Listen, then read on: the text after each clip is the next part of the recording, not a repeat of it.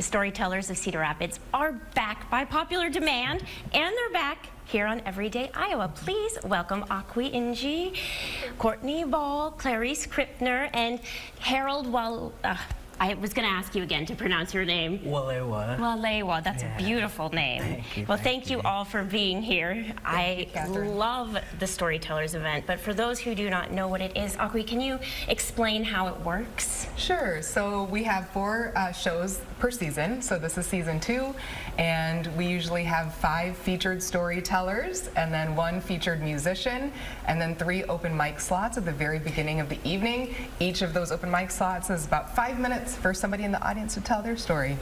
So it's lots of true personal stories told on stage without notes. Yes. Yeah. And we have some of this show's storytellers with us. There's a theme for each show. What is this show's theme?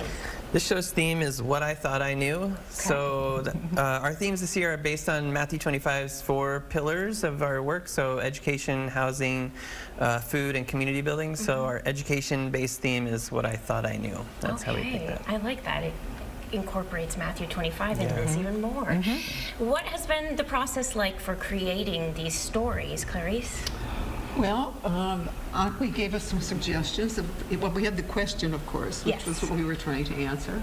And I spent some time thinking about, I went back and thought about my early teaching experience.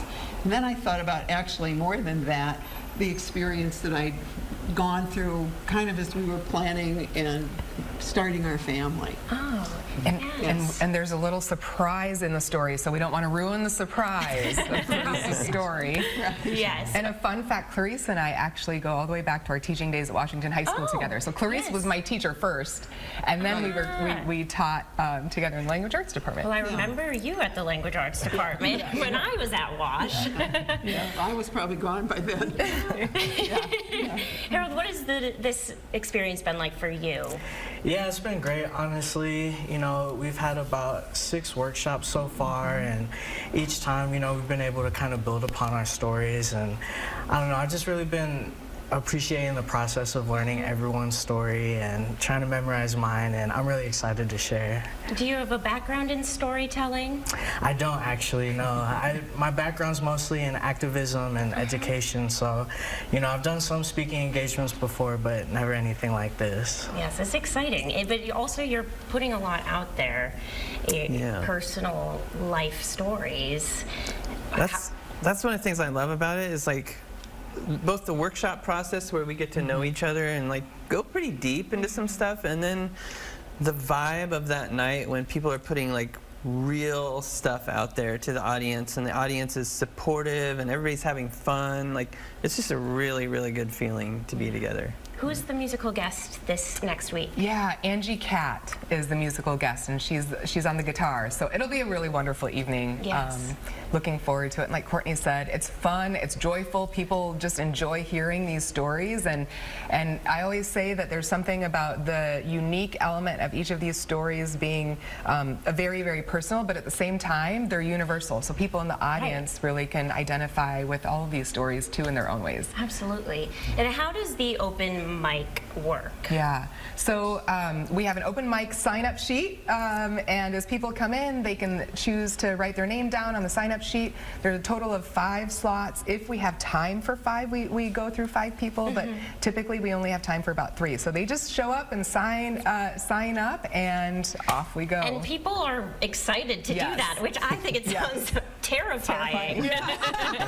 But I mean, the last one I was at, somebody was very eager to tell their story. Yeah. Wow, that's awesome. I mean, people really, sometimes they contact us beforehand. Can I tell my, and it's like, well, we got to make it fair. You got to show up and then sign up. Yep. Will season 2 be relatively the same format then as last year? Yeah, it worked, so why change it, right? Yeah. It was great. It's true. And why is this such a great fit for Matthew 25 and what Matthew 25 is, their mission? Yeah, so a big part of our mission is community building, and this is a way for us to draw people together in a space and hear stories from people that, maybe don't get to share their story every day, and we try to build diversity into the storytellers that are on stage, and